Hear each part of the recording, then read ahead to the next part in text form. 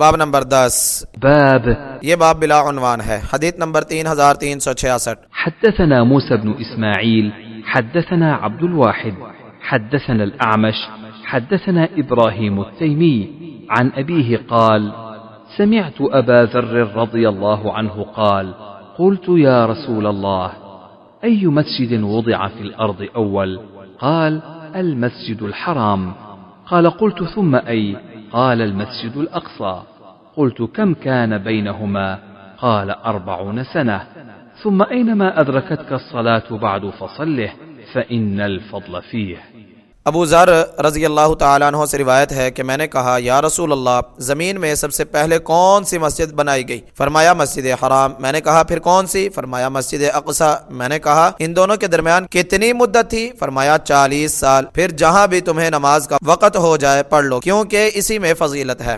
فوائد نمبر 1، یہ حدیث اس آیت کریمہ کی تفسیر ہے۔ ان اول بیت وضع للناس للذی ببکہ، پہلا گھر جو لوگوں کے لیے بنایا گیا وہ ہے جو مکہ میں ہے۔ سورہ آل عمران آیت نمبر 96۔ مراد وہ مکان ہے جو اللہ کے عبادت کے لیے بنایا گیا، کیونکہ لوگوں کے رہنے کے لیے مکان تو اس سے پہلے بھی موجود تھے۔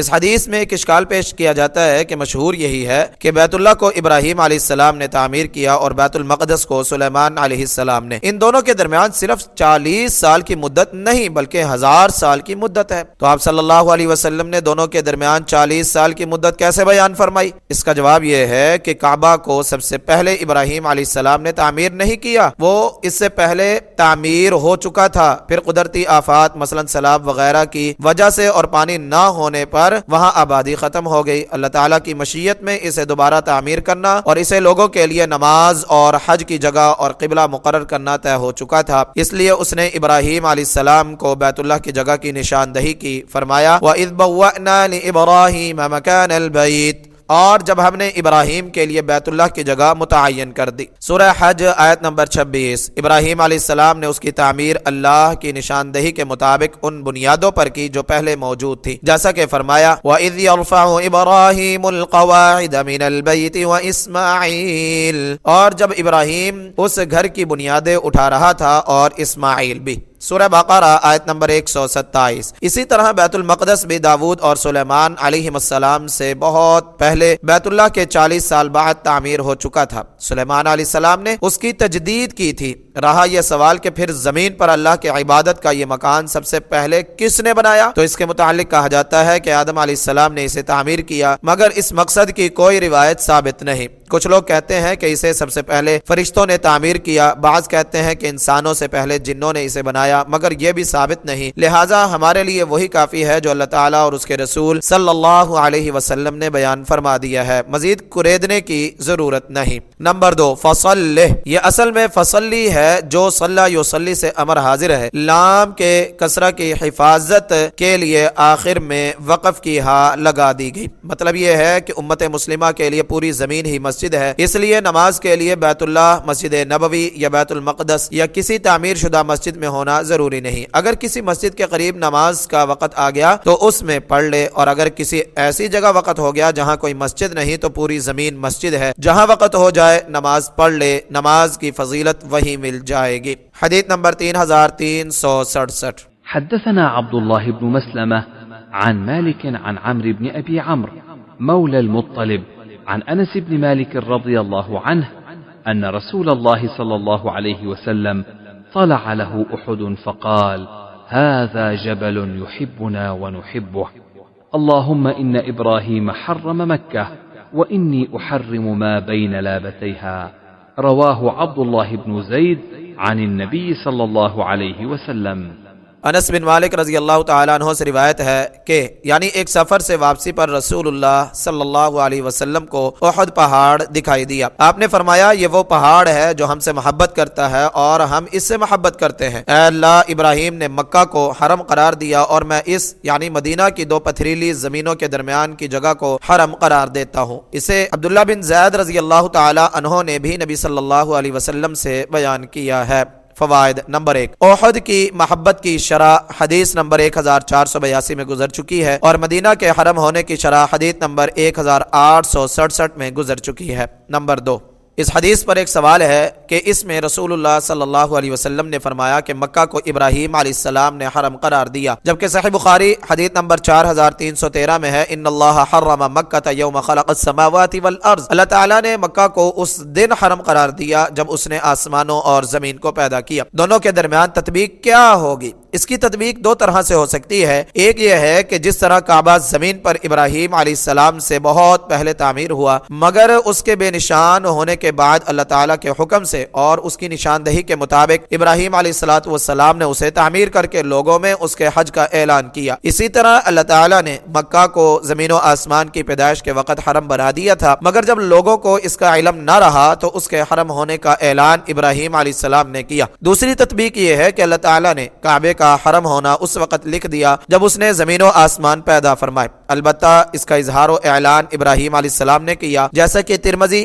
حدیث نمبر 3609 اور مسند احمد حدیث نمبر 16623، 20596، 23212 میں مروی ہے کہ صحابہ کرام رضی اللہ عنہم نے رسول اللہ صلی اللہ علیہ وسلم سے پوچھا آپ کو کب نبی بنایا گیا؟ اور مسند احمد حدیث نمبر 20596 میں ہے آپ کو نبی کب لکھا گیا؟ آپ نے فرمایا وآدم بین الروح والجسد، جب آدم علیہ السلام روح اور جسد کے درمیان تھے۔ یہ حدیث صحیح ہے، مگر عملاً نبوت آپ کو 40 سال کی عمر میں ملی۔ اسی طرح کعبے کا حرم ہونا آسمان و زمین کی پیدائش کے وقت لکھ دیا گیا، مگر اس کا اعلان ابراہیم علیہ السلام کی زبان پر ہوا۔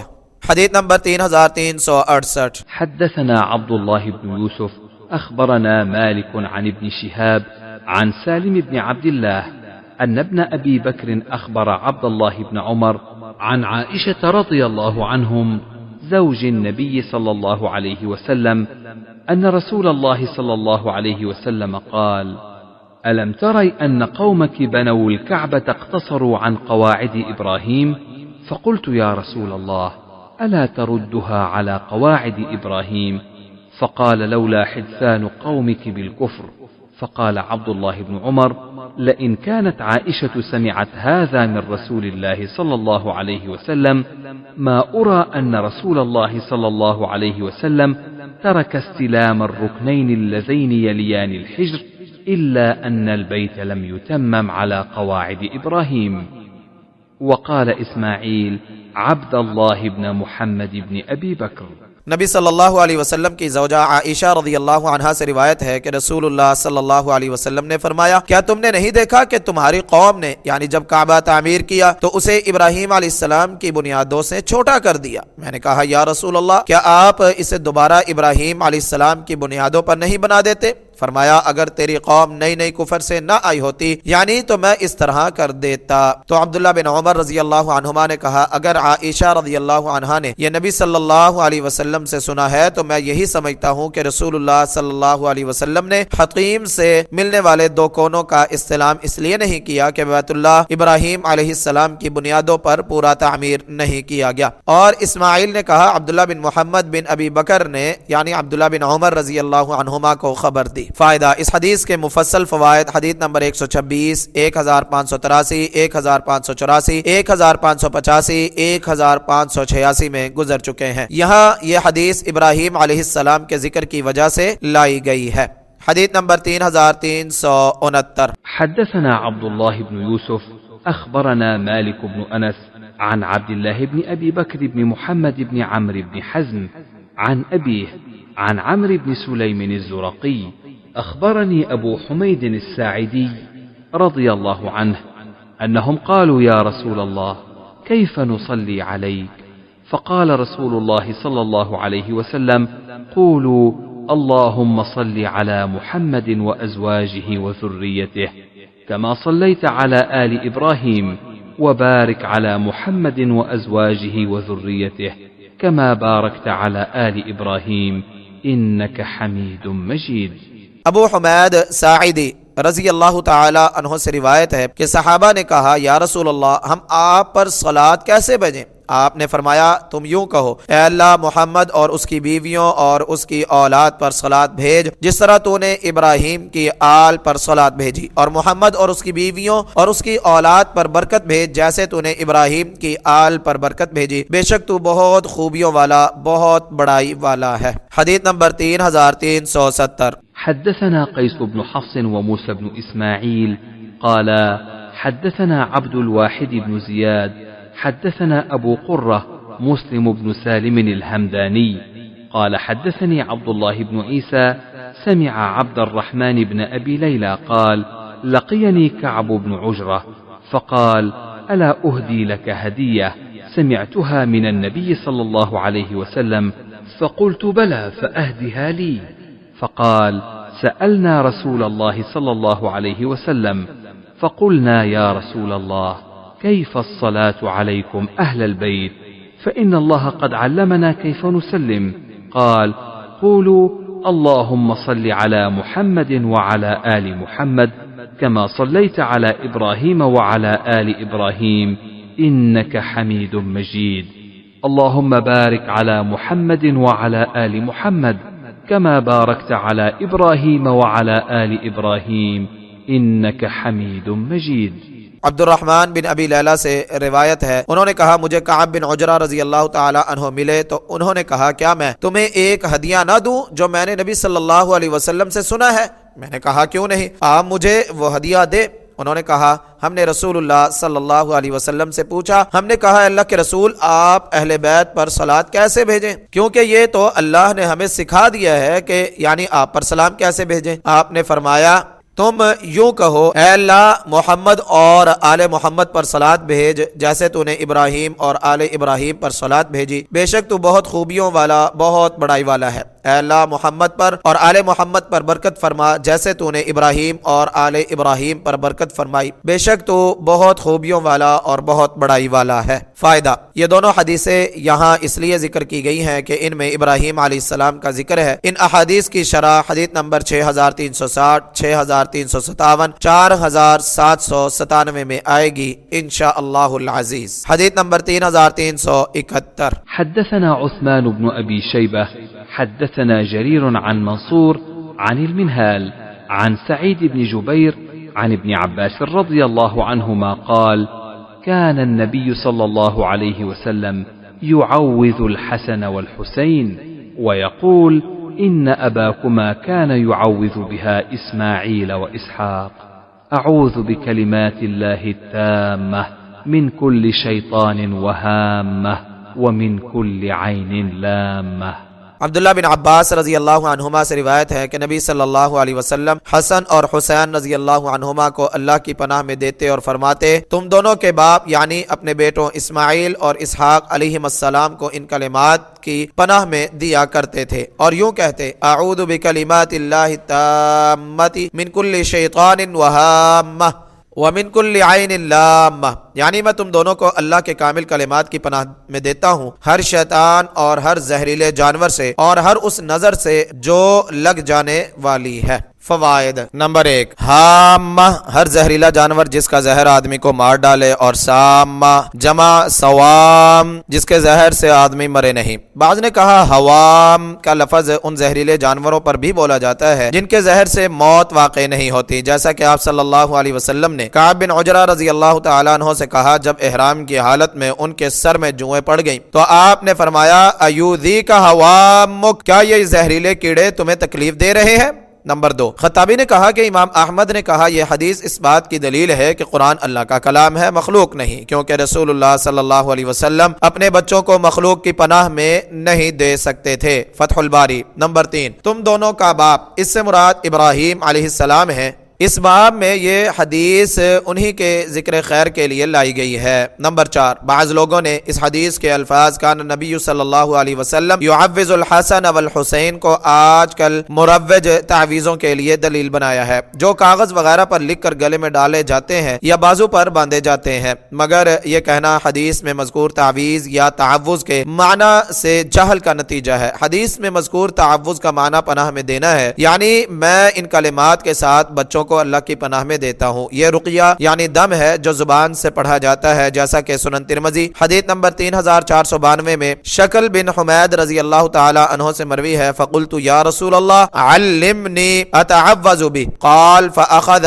بکفی فقال قل اللهم انی اعوذ بک من شر سمعی۔ میں نے کہا یا رسول اللہ مجھے کوئی تعوذ سکھائیں جس کے ساتھ میں پناہ مانگوں، تو آپ نے میرا ہاتھ پکڑا اور فرمایا تم کہو یا اللہ میں تیری پناہ پکڑتا ہوں اپنے کانوں کے شر سے۔ احادیث میں آنے والا تعویذ یا تعوذ یہی ہے جو دعا یا دم کی صورت میں پڑھا جاتا ہے، کپڑے یا کاغذ پر لکھ کر گلے میں ڈالنا یا کسی کو گلے میں ڈالنے کے لیے دینا نہ رسول اللہ صلی اللہ علیہ وسلم سے ثابت ہے نہ ہی کسی صحابی سے۔ البتہ سنن ابی داود حدیث نمبر 3893 وغیرہ میں عبداللہ بن عمر رضی اللہ عنہ سے مروی ہے کہ رسول اللہ صلی اللہ علیہ وسلم نے انہیں خوف اور گھبراہٹ سے محفوظ رہنے کے لیے یہ کلمات سکھائے تھے، اعوذ بکلمات اللہ التامۃ من غضبہ وشر عبادہ ومن ہمزات الشیاطین وان یحضرون۔ میں اللہ کے کامل کلمات کی پناہ چاہتا ہوں، اس کے غضب سے اور اس کے بندوں کے شر سے اور شیاطین کی اکساہٹوں سے اور اس سے کہ وہ میرے پاس آئیں۔ اس حدیث کے آخر میں ہے کہ عبداللہ بن عمر رضی اللہ عنہ اپنے بیٹوں میں سے جو سمجھدار ہوتا اسے یہ کلمات سکھا دیتے اور جو سمجھدار نہ ہوتا انہیں لکھ کر اس کے